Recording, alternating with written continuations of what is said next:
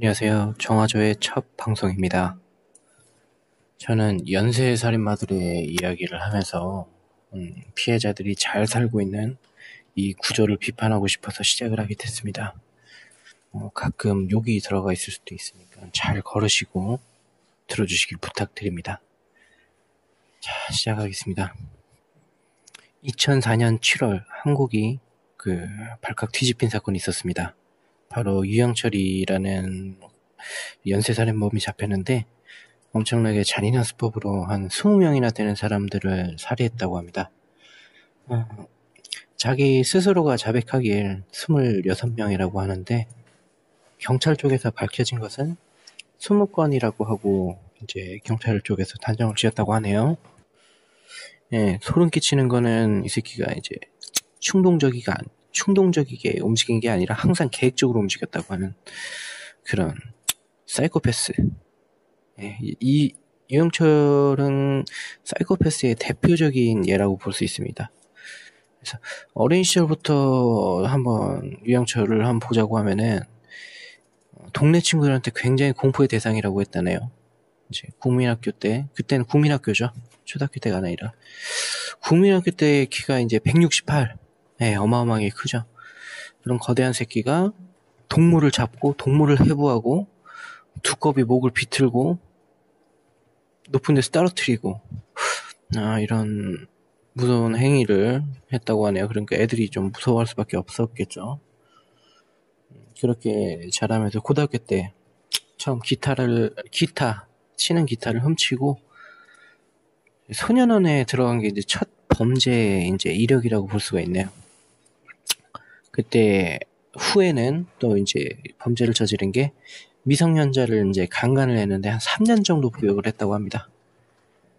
근데 그때 웃긴 게 이 새끼가 아내가 있었어요. 복역을 할 당시에 이제 그래서 이제 빵에 있는 도중에 이제 강제 이혼을 했는데 뭐 이런 새끼도 결혼을 하네요. 그래서 이혼 후에 사람에 대해서 그렇게 대인 기피증을 많이 보였대요. 그래서 빵에 있을 때 막 같은 방 죄수랑 막 싸우고 막 이래가지고 이제 가석방이 늦어졌다고 합니다. 안에서도. 여기서부터 어떻게 보면은 원래 사이코패스였는데 이혼에서부터 뭔가 시점이 됐다고 좀 보입니다. 뭐 동물을 해체하거나 이런 사이코패스들도 무조건 살인을 하는 게 아니니까요. 다른 방법으로 풀 수도 있는 건데 이혼을 통해서 어떻게 보면 그 범죄의 씨앗이 자라지 않았나 싶은 생각이 드는데 한번 말씀을 드리겠습니다. 이렇게 깜빵에서 이제 나오고 나서 어머니 집에 한 10일 정도 머물렀다고 하네요. 머무르면서 이제 이 새끼는 뭐 죄를 뉘우치는 게 당연히 아니겠죠. 보통 죄수들이 그러니까 뭐 앞으로 저지를 범죄에 대해서 나오자마자 생각을 했답니다. 나오면서 이제 계획을 구체적으로 준비하게 됐다고 하네요. 이때부터. 그래서 막 지가 생각하다가 내가 이렇게 불우하게 사는 거는 이게 기득권층 때문이다. 이렇게 생각을 했다고 해요. 뭐 사실 뭐 남의 탓을 이렇게 뭐 힘들면 하게 되잖아요. 이 새끼 너무 많이 힘들었는데 그러니까 너무 좀 잘못 생각한 거죠.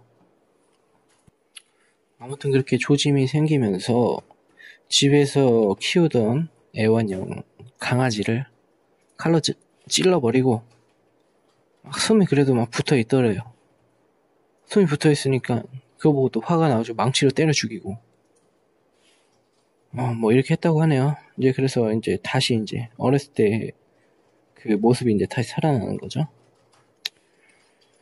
그래서 이제 어머니 집에 이제 한 10일 정도 머문 후에 이제 수감 생활 동안 이제 번 돈으로 원룸을 이제 잡았답니다. 이 원룸에서 엄청난 일이 많이 일어났는데 이따 설명드리겠지만,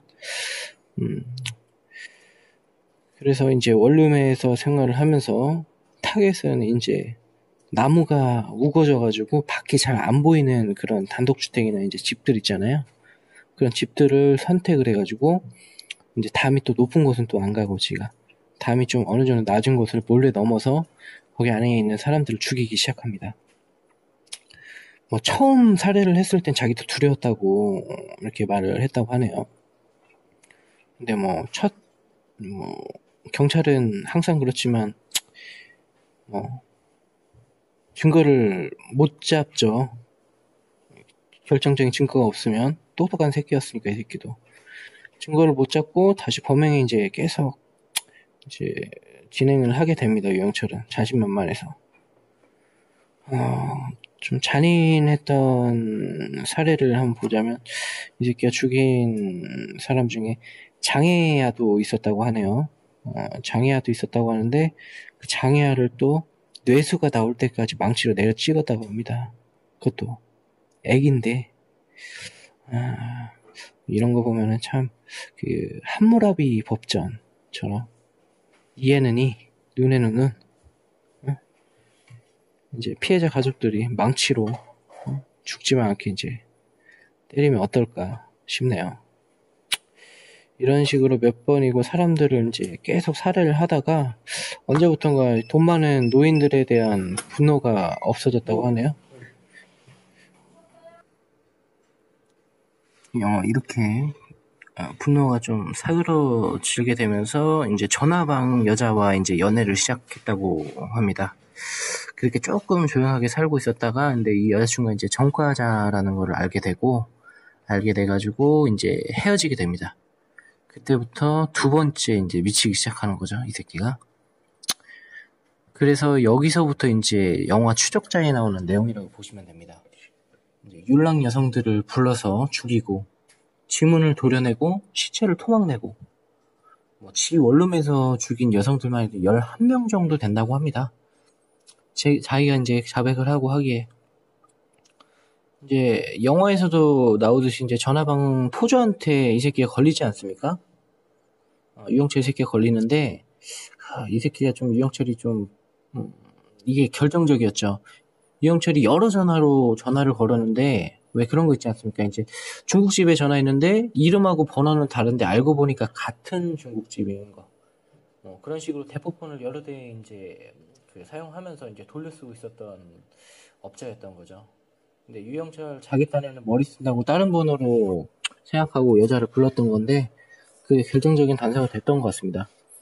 그래서 이 새끼한테 전화할 때마다 여자가 없어지니까 이 포주가 이제 직접 잡았다고 하네요. 건달들 불러가지고 그렇게 해서 이제 잡았는데 웃긴 게 유영철 이 새끼가 이제 막 경찰에 잡혀가지고 막 간질이나 발작 일으키는 막 흉내를 하다가 이제 좀 소홀해질 때쯤에 이제 막 도주를 했다고 하네요. 이때 못 잡았으면 어땠을까 싶어요. 여튼 이렇게 도망가서 다시 잡긴 잡았지만 유영철은 대한 이야기는 여기 정도까지 하고 참 재밌는 게 비하인드 스토리 한 3가지가 있는데 이게 참 골 때리는 게 있습니다. 비하인드 스토리 첫 번째는 포주랑 건달들이 유영철을 잡고 경찰한테 넘겼는데 경찰이 증거를 못 잡아서 귀가 조치를 시키려고 했답니다. 그래서 건달들이 경찰 코스프레 하면서 존나게 패가지고 이제 유영철한테 자백을 받아냈다고 하네요. 살해 현장을. 그게 어떻게 보면 참 이런 경찰들이 못한 일을 한 거니까 대단하네요. 그리고 두 번째 비하인드는 이제 신사동 노부부 살인 사건 지가 이제 노부부도 살해했다라고 이 새끼가 자백을 했는데 그게 노부부 살인 사건 현상금이 8천만 원이었는데 잡고 나서 죄송합니다. 잡고 나서 건달이라고 한 2,500만 원밖에 안 줬다고 하네요. 세 번째 비하인드 스토리는 유영철 잡은 포주가 나중에 이제 유영철 잡고 나서 이제 경찰 상도 받고 이렇게 하다가 이제 잘 살려고 이제 요거를 그만뒀었는데 전화방 사업을 그만뒀었는데 나중에는 또 마약 밀매 사업을 다시 손을 대기 시작했다고 합니다.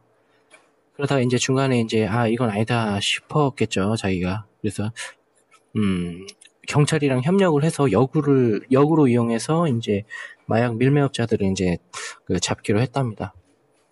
그래서 이제 경찰인지 검찰인지 확실히는 잘 모르겠는데, 사건이 정리되면 성형도 해주고 신분 세탁도 해주고 해외 이주를 해준다는 이제 약속을 했지만, 사건이 끝나고 아무것도 안 하고 그냥 돈 530 정도밖에 못 받고 그냥 끝났다고 하네요. 뭐 신분을 지켜주겠다는 약속도 웃긴 게, 뭐 고작 집에 이제 CCTV 한 대 딱 달아주고, 결국 또 이제 그 경찰인지 검찰인지 제공해준 그 장소도 이제 마약 밀매업자들한테 결국 위치도 다 들켰다고 하네요. 현재는 어떻게 살고 있는지는 뭐 알 수는 없습니다만, 검찰, 경찰 뭐 완전하지 못하죠. 이해는 하는데 너무 범죄자들이 이제 살기 좋은 세상이 아닌가 싶습니다. 오늘에 대한 뭐 이야기는 이 정도로 끝내볼까요? 저희 다음번부터는 제가 증오하는 범죄자들을 프린트로 인쇄를 해서 인형으로 쫙 패고, 그리고 뭐 사진을 불태운다든지 그런 퍼포먼스를 할까 좀 생각 중입니다. 다음번에 한번 기대도 한번 해주세요. 감사합니다. 다음번에 봬요.